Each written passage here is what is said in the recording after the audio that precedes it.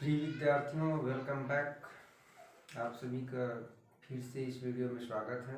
पिछले पीरियड में हम पढ़े थे एक समान गति का ग्राफ। आइए आगे हम देखते हैं असमान गति का ग्राफ। असमान गति को हम ग्राफ के द्वारा किस प्रकार से समझा सकते हैं, आइए देखते हैं। ये एक ग्राफ तैयार है, ग्राफ बना हुआ है, ये देख सकते हैं आप। एक्स अक्ष पर लिया गया है समय को और वाई अक्ष पर लिया गया है दूरी को। तो इस तरह से ग्राफ 1 सेंटीमीटर बराबर यहाँ पर दिया गया है। मैंने लिखता हूँ पैमाना। वाई अक्ष पर समय 1 सेंटीमीटर बराबर लिया गया है 2 मिनट, जबकि वाई अक्ष पर लिया गया है, ये अक्ष पर हो गया, वाई अक्ष पर लिया गया है दूरी का पैमाना माना गया है 1 सेंटीमीटर बराबर 4 मीटर। ये पैमाना मान करके ये ग्राफ खींचा गया है और यह ग्राफ है असमान गति का। आइए इसको हम समझते हैं, ये किस प्रकार से असमान गति का ग्राफ है। पिछले वीडियो में आप सभी ने देखा था, हमने एक समान गति का ग्राफ खींचा था। तो समय और दूरी के मध्य एक समान गति का जो ग्राफ होता है वो बिल्कुल सीधी रेखा में प्राप्त होता है और हम जान जाते हैं कि वह एक समान गति का ग्राफ है। यहाँ पर आप देख रहे हैं ये वक्राकार ग्राफ है, ये सीधी रेखा में बिल्कुल नहीं, वक्र के समान। ये देखिए ग्राफ ऐसे ये धीरे धीरे ऊपर उठ रहा है और फिर धीरे धीरे नीचे झुक रहा है, मतलब वक्राकार ग्राफ है। ऐसे ग्राफ को असमान गति का ग्राफ कहते हैं। देखिए, चलिए कुछ प्रश्न इस ग्राफ से बन सकते हैं। उन प्रश्नों को बुक में दिया गया है और इस ग्राफ के माध्यम से उस प्रश्न को सुलझाने का हम प्रयास करेंगे। देखिए पहला प्रश्न यह है कि बताएं कि क्या बस ने समान समय में समान दूरी तय की। कहीं पर इस ग्राफ को देखने से आपको पता चलता है। पहले हम एक काम कर ले, इस ग्राफ के माध्यम से नीचे दिए गए सारणी, ये सारणी दिया हुआ है नीचे, इस सारणी को हम कंप्लीट भर लेते हैं। वैसे समय भाव के वह तो होता है, इस वजह से मैं पहले से ही भर लिया हूँ। ये देखिए 0 मिनट से 4 मिनट के बीच, ये 0 मिनट से 4 मिनट के बीच इस बस ने कितनी दूरी तय की। तो देखिए 0 मिनट से 4 मिनट के बीच बस ने दूरी तय की है 2 किलोमीटर। ये देखिए ये 2 किलोमीटर की दूरी तय की है। 0 से 4 मिनट के बीच बस ने 2 किलोमीटर की दूरी तय की है। फिर देखिए 4 से 8 मिनट, मतलब अगले 0 से 4 मिनट, मतलब ये 4 मिनट, शुरुआती 4 मिनट में 2 किलोमीटर की दूरी। फिर देखिए 4 से 8 मिनट, मतलब 4 से 8 मतलब 4 मिनट का समय था। फिर से अगले 4 से 8 मिनट के बीच, मतलब अगले चौथे 4 मिनट में कितनी दूरी तय की है 10 किलोमीटर। ये देख सकते हैं 4 से 8, ये 2 तय की थी, 8 में कितना हो गया 12, तो 2 और 10 कितना होता है 12। तो अगले 4 से 8 मिनट के बीच, मतलब अगले 4 मिनट में 10 किलोमीटर की दूरी तय की है। फिर देखेंगे अगले 8 से 12 मिनट, मतलब अगले चौथे 4 मिनट में कितनी दूरी तय की है। देखिए 8 से 12, ये 12 16 कितना होता है 28 होता है। 16 किलोमीटर की दूरी तय की है अगले 4 मिनट। फिर अगले 12 से 16 मिनट में, 12 से 16 मिनट में फिर देखिए ये दूरी तय की है 10 किलोमीटर की। 28 से 38 कितना होता आता है 28 10 38, ठीक है 10 किलोमीटर। फिर अगले 16 से 20 मिनट, मतलब अगले चौथे मिनट में फिर कितनी दूरी तय किया 2 किलोमीटर की। तो यह एक समय खंड लिया गया है, हर 4-4 मिनट का समय खंड लिया गया है।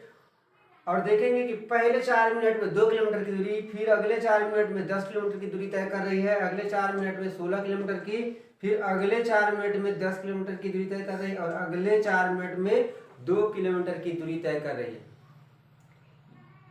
तो कहीं पर ऐसा दिखाई नहीं दे रहा है कि बस ने समान समय में समान दूरी तय की है। कहीं पर लग रहा है क्या? नो। कहीं पर इस ग्राफ को देखने से ऐसा नहीं लगता कि बस ने समान समय में समान दूरी तय की है। यहां देखिए इस समय खंड में की है, देखिए चौथे से आठवें और 12वें से 16वें मिनट, इसमें 10-10 किलोमीटर, इस 44 मिनट में 10-10 किलोमीटर की दूरी तय की है। ठीक है, मतलब किसी किसी समय खंड में की है, चौथे से 8वें मिनट और 12वें से 16वें मिनट में 10-10 किलोमीटर की दूरी तय की है। और स्टार्टिंग के जो 4 मिनट है, 0 से 4 मिनट के बीच, और लास्ट के 16 से 20वें मिनट, मतलब लास्ट के 4 मिनट में भी 2 किलोमीटर की दूरी तय की है।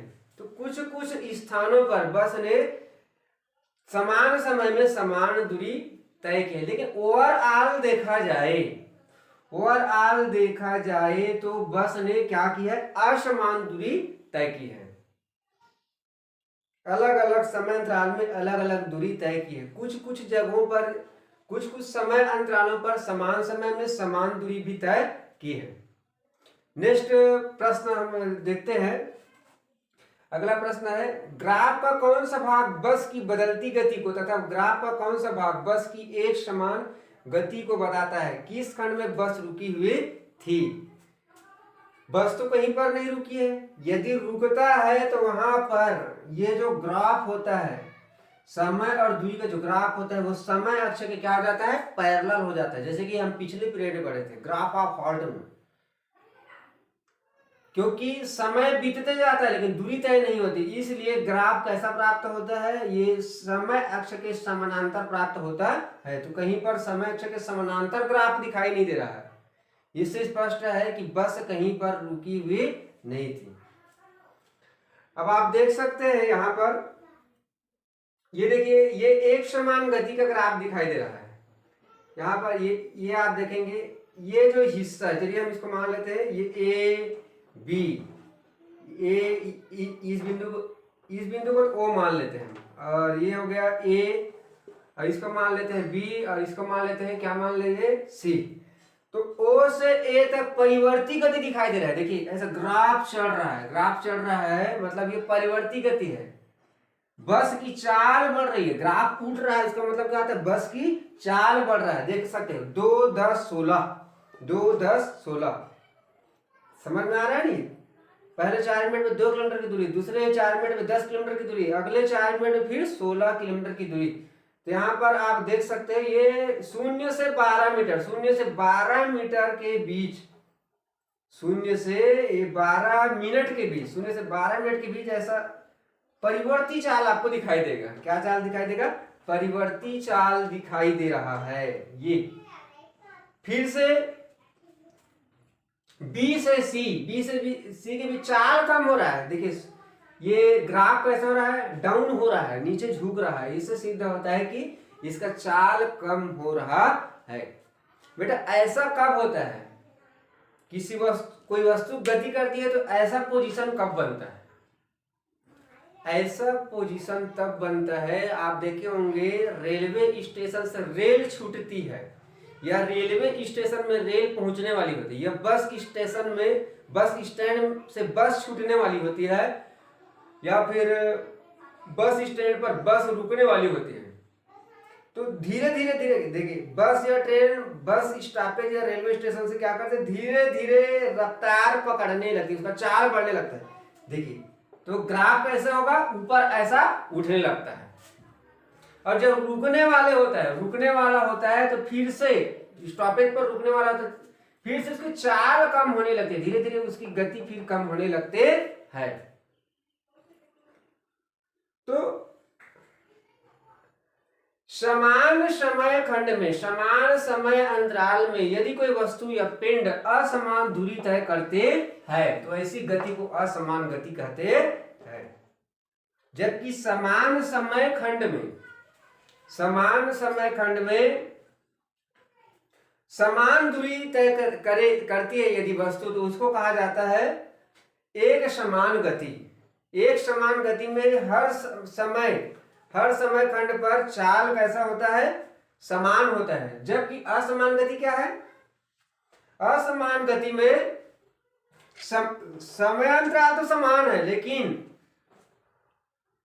जो तय हुई दूरी है वह अलग अलग होते हैं। ऐसी गति को असमान गति कहते हैं या परिवर्ती गति कहते हैं। परिवर्ती गति में चाल भी असमान होते हैं, चाल भी परिवर्ती होती है।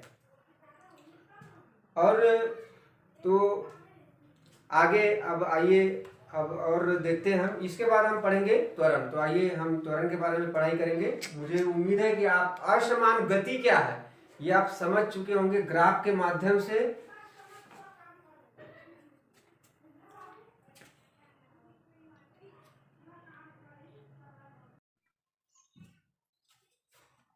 आइए आगे देखते हैं हम त्वरण। त्वरण को कहा जाता है इंग्लिश में एक्सीलरेशन। एक्सीलरेशन देखिए किताब में बहुत अच्छी तरीके से समझाया गया है कि त्वरण क्या है, और हम भी अब समझने का प्रयास करेंगे। देखिए आपने रेसिंग बाइक देखी होगी, रेसिंग बाइक देखी होगी या रेसिंग कार देखी होगी या सामान्य कार देखे होंगे या फिर सामान्य बाइक्स देखे होंगे। तो सामान्य बाइक या रेसिंग बाइक या सामान्य कार या रेसिंग कार दोनों में क्या अंतर है? तो आप सभी यही बता पाएंगे कि रेसिंग जो कार और बाइक होता है वो सामान्य कार की अपेक्षा या सामान्य बाइक की अपेक्षा उनकी जो स्पीड है, स्पीड चाल ये ज़्यादा होती है। आप यही जवाब देंगे, सही बात है कि सामान्य बाइक सामान्य कार की अपेक्षा रेसिंग बाइक और रेसिंग कार की जो स्पीड होती है, चाल होती है, अर्थात तो तेज गति से चलती है, तेज गति से चलती है। अब दूसरी बात आती है और क्या अंतर होता है, क्यों तेज गति से चलती है, चाल क्यों ज़्यादा होती है? क्योंकि उसका पिकअप ज़्यादा होता है, पिकअप पिकअप पिकअप ज़्यादा होता है, ठीक है ना। तो अब देखिए पिकअप कैसे पता चलता है किसी बाइक या कार का पिकअप ज़्यादा है? वो हम एक्सीलेटर देते हैं, ठीक है ना, उसमें एक्सीलेटर लगा रहता है। देखिए ये जो त्वरण शब्द है उसको कहते हैं एक्सीलरेशन, और एक्सीलरेशन शब्द से बना हुआ है एक्सीलेटर। ये एक्सीलेटर ट्रक में भी होती है, बाइक में भी होती है, कार में भी होती है, ठीक है। और जब हम एक्सीलेटर देते हैं, जब ड्राइव करते हैं, तब पता चलता है कि उसका किसका पिकअप ज़्यादा है, किसका पिकअप कम है। ज़्यादा पिकअप वाले जो वाहन है, ठीक है ना, वो अधिक तेज गति से चलते हैं। तो त्वरण एक भौतिक राशि है, और त्वरण की व्युत्पत्ति कैसे हुई उसको समझाने के लिए हमें सारणी क्रमांक 1 और सारणी क्रमांक 6 का मदद लेना पड़ेगा, तो ज्यादा अच्छी तरह से हम डिफाइन कर सकते हैं। सारणी क्रमांक 1 पढ़ चुके हैं पिछले पीरियड में भी। ये देखिए बस ए द्वारा तय की गई दूरी है हर 15-15 मिनट में, हर 15-15 मिनट में बस ए कितनी दूरी तय की थी? 10-10 मीटर 10-10 किलोमीटर की दूरी तय की थी हर 15-15 मिनट में। समय अंतराल दिया है 9 से 9:15, 9:15 से 9:30, 9:30 से 9:45, 9:45 से 10, 10 से 10:15। तो हर 15 मिनट में, प्रत्येक 15 मिनट में बस ए ने मतलब समान समय में समान दूरी तय की थी, 10 किलोमीटर की दूरी तय की थी। बल्कि बस भी समान समय में, समय भी उसके लिए 15 मिनट ही है, लेकिन बस भी ने समान समय में अलग अलग दूरी तय की है। पहले 15 मिनट में 8 मीटर की, दूसरे में 7, फिर तीसरे में 8, फिर चौथे में 7, फिर अगले में 12 किलोमीटर की दूरी तय की है। आइए तो हम सारणी क्रमांक 1 की सहायता से सारणी क्रमांक 6 में हम बस ए का वेग ज्ञात करेंगे और बस बी का भी वेग ज्ञात करेंगे, ठीक है ना। वेग का मात्रक जानते हैं आप लोग एसआई पद्धति में मीटर प्रति सेकंड, ठीक है ना। सारणी क्रमांक 1 में तो समय किस में दिया गया था? समय को दिया गया था मिनट में ये, और दूरी को किस में दिया गया था? किलोमीटर में। इसको हम चेंज करेंगे, ठीक है ना, चार वेग निकालने के लिए चेंज सुविधा के लिए हम चेंज कर रहे हैं, नहीं करते चेंज तब भी चल जाता। ये मीटर प्रति सेकंड में निकालेंगे। चलिए ठीक है, 9 बजे तो स्टार्ट हुआ था, बस हम लेंगे 9:15 से वेग निकालना शुरू करेंगे। पहले बस ए का वेग निकालेंगे। 9:15 बजे। तो देखिए 9:15 बजे कितनी दूरी तय कर ली थी। पहले तो ये समझिए कि वेग कैसे निकाला जाता है। वेग बराबर होता है विस्थापन बटे समय। वेग बराबर, वेग का सूत्र विस्थापन बटे समय। वेग बराबर विस्थापन बटे समय। विस्थापन बराबर क्या होता है, अंतिम दूरी, अंतिम दूरी माइनस होता है प्रारंभिक दूरी बटे समय अंतराल। ये सब फार्मूला का उपयोग करते हुए यहां पर हम क्या निकालेंगे, वेग की गणना करेंगे बस ए का, फिर बस बी के वेग की गणना हम करेंगे। ये देखिए 9:15 बजे अंतिम दूरी कितनी दूरी तय कर ली थी, 20, ठीक है ना। ये विस्थापन निकालेंगे हम, विस्थापन। और प्रारंभिक दूरी क्या थी, 10 किलोमीटर की थी। तो 20 माइनस 10 कितना हो गया, 10 होगा। अब उसको हम किस में चेंज करेंगे बोले थे, ये किलोमीटर है तो उसको मीटर में चेंज करेंगे। तो 1 किलोमीटर बराबर 1000 मीटर होता है। तो 1000 से गुना करेंगे तो 20 माइनस 10 ये मल्टीप्लाई कितना हो गया, 1000 इक्वल टू जाता है 10,000, 10,000।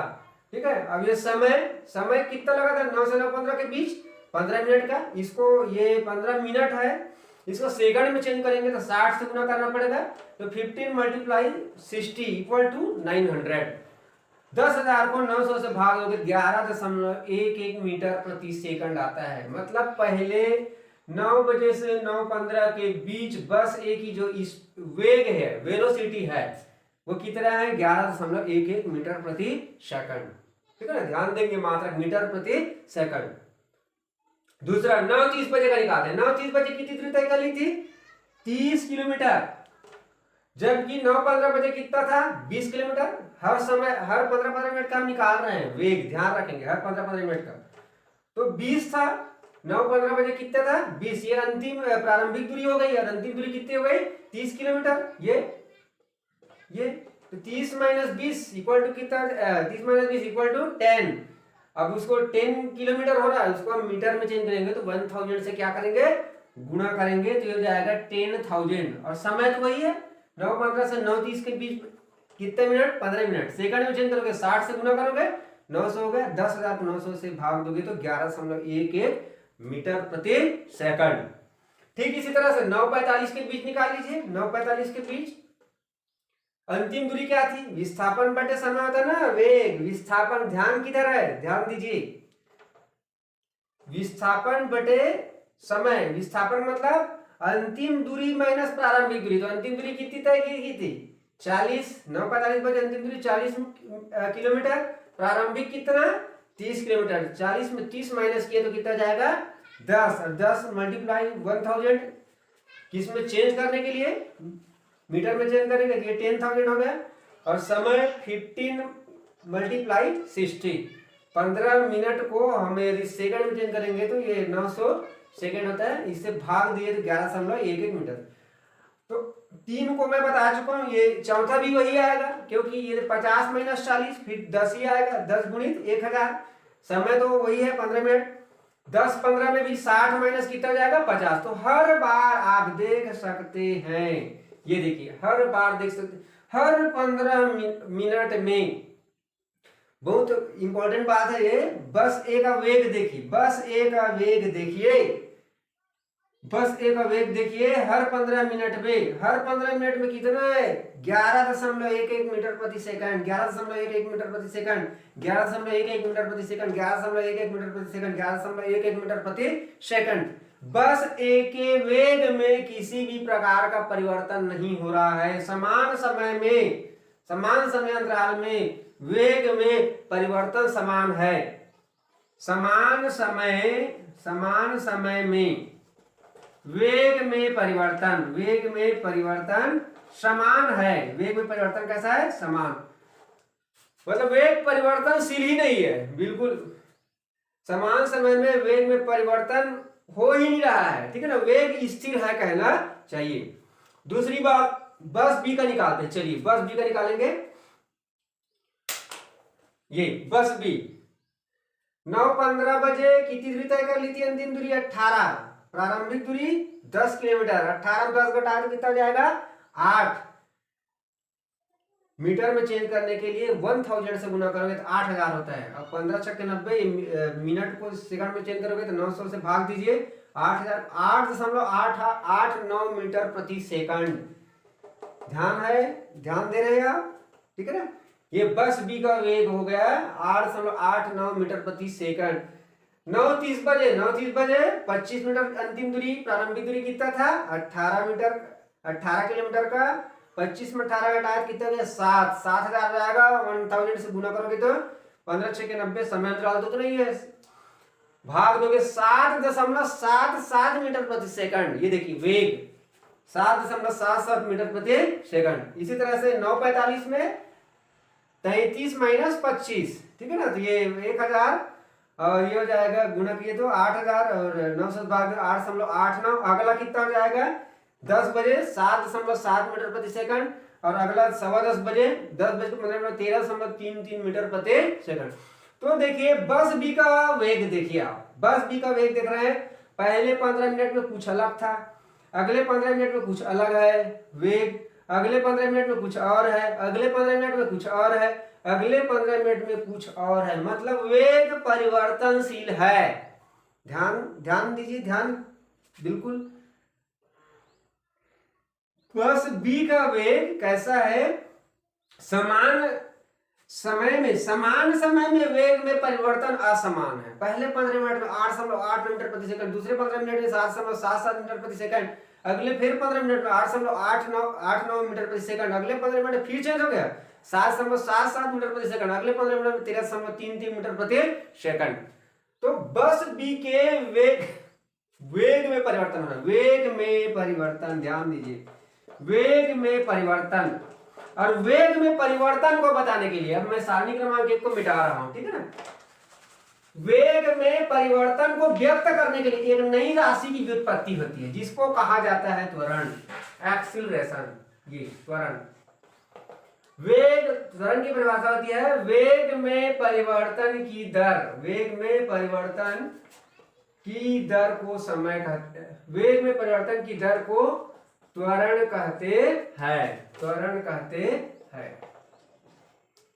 मतलब समय के साथ साथ यदि वेग में परिवर्तन हो रहा है, समय के साथ साथ यदि वेग में परिवर्तन हो रहा है तो उस राशि को, वेग की जगह में एक नई राशि की व्युत्पत्ति होती है जिसको कहा जाता है त्वरण या एक्सीलरेशन। त्वरण बराबर वेग में परिवर्तन, वेग में परिवर्तन बटे हो जाता है समय। या त्वरण को यदि हम a से व्यक्त करें तो a बराबर, वेग को v से व्यक्त करें तो a बराबर v बटे t, ये a बराबर v बटे t। या वेग में परिवर्तन कैसे दर्शाते हैं हम, वेग में परिवर्तन अंतिम वेग माइनस प्रारंभिक वेग बटे समय, ये होता है, ऐसे निकाला जाता है त्वरण। चूंकि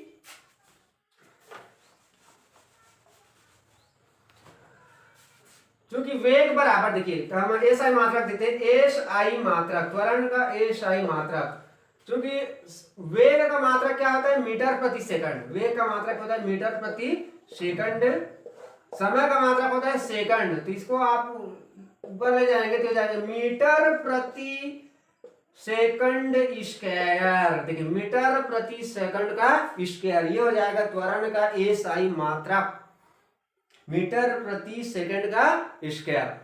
देखो बेटा, व्यवहारिक जीवन में यह पॉसिबल नहीं है कि हर समय गति करते हुए वस्तु का वेग एक समान ही रहे। पंखा भी जब आप पंखा घर में लगे हुए पंखे का स्विच ऑन करते हो तो धीरे धीरे चलना प्रारंभ करते, उस समय उसका वेग परिवर्तनशील रहता है, वेग परिवर्तनशील होता है। एक समय के बाद भले स्थायी हो जाता है वेग, ठीक है ना। आप स्विच ऑफ करोगे फिर क्या होता है, धीरे धीरे उसके वेग में कमी आती है। तो ऐसी सभी वाहनों के साथ होता है, हमारे साथ होता है। हम जब साइकिल ड्राइव करते हैं तब भी होता है, वेग धीरे धीरे बढ़ने लगता है, वेग धीरे धीरे कम होने लगता है। तो परिवर्तनशील वेग को दर्शाने के लिए जिस नई राशि की उत्पत्ति होती है उसको कहा जाता है त्वरण। आप समझ गए होंगे। त्वरण बराबर, त्वरण की परिभाषा वेग में परिवर्तन की दर को त्वरण कहते हैं। त्वरण बराबर वेग में परिवर्तन बटे समय। वेग में परिवर्तन कैसे निकालते हैं? अंतिम वेग माइनस प्रारंभिक वेग बटे समय। त्वरण का ये समय पद्धति मात्रा होता है मीटर प्रति सेकंड और समय का मात्रा होता है सेकंड, तो इसको ऊपर ले जाएंगे मीटर प्रति सेकंड का स्क्वायर। तो देखिए बस, जैसे कि बस धीरे धीरे बस स्टैंड से चलना प्रारंभ करती है तो उस समय उसका वेग धीरे धीरे बढ़ने लगता है। समय के साथ साथ यदि वेग बढ़ने लगता है तो उस समय उत्पन्न त्वरण को कहा जाता है बेटा, उस समय उत्पन्न त्वरण को कहा जाता है धनात्मक त्वरण। यदि समय के साथ साथ वेग बढ़ता जाए तो उसको कहा जाता है धनात्मक त्वरण। धनात्मक त्वरण, जैसे ट्रेन जब छूटती है बस रेलवे स्टेशन से तो धीरे धीरे धीरे धीरे उसका वेग बढ़ने लगता है, तो उस समय उत्पन्न त्वरण को कहेंगे धनात्मक त्वरण। समय के साथ साथ यदि वेग में वृद्धि हो रही तो ऐसे त्वरण को कहा जाता है धनात्मक त्वरण। और समय के साथ साथ यदि वेग में कमी आने लगती है तो उसको कहा जाता है ऋणात्मक त्वरण या मंदन कहते हैं। ऋणात्मक त्वरण या मंदन कहते हैं, और इसको माइनस ए से व्यक्त करते हैं। धनात्मक त्वरण को ए से व्यक्त करते हैं तो मंदन को माइनस ए से व्यक्त किया जाता है। जैसे कि रेल या कार या बस कहीं पर भी स्टॉपेज पर रुकती है, धीरे धीरे धीरे धीरे उसके वेग में कमी आने लगती है, उस समय उत्पन्न त्वरण को क्या कहेंगे? ऋणात्मक त्वरण या मंदन। परिभाषा क्या होगी? समय के साथ साथ यदि वेग में कमी आ रही हो तो ऐसे त्वरण को कहा जाता है ऋणात्मक त्वरण या मंदन। और समय के साथ साथ यदि वेग में वृद्धि हो रही हो तो ऐसे त्वरण को कहा जाता है धनात्मक त्वरण। यदि अब एक बात और आती है, एक समान त्वरित गति, एक समान एक और बातें आ रही है, दूसरी बातें इसको भी समझना जरूरी है। वस्तु की एक समान त्वरित गति, एक समान त्वरित गति वाली वस्तु किसको कहेंगे? वस्तु की गति को एक समान त्वरित गति कब कहेंगे? समय के साथ साथ, ठीक है ना, समय के साथ या समान दिए गए समयांतराल पर या समान समयांतराल पर यदि वस्तु के वेग में परिवर्तन समान हो रहा हो, इसको नेक्स्ट टॉपिक में पढ़ेंगे, एक समान त्वरित गति। यदि समय के साथ साथ वेग में परिवर्तन समान रूप से हो रहा हो, वेग में परिवर्तन असमान, वेग में परिवर्तन समान रूप से हो रहा है, तो उस समय वस्तु की गति को एक समान त्वरित गति कहते हैं। इस वीडियो में इतना ही। Thank you.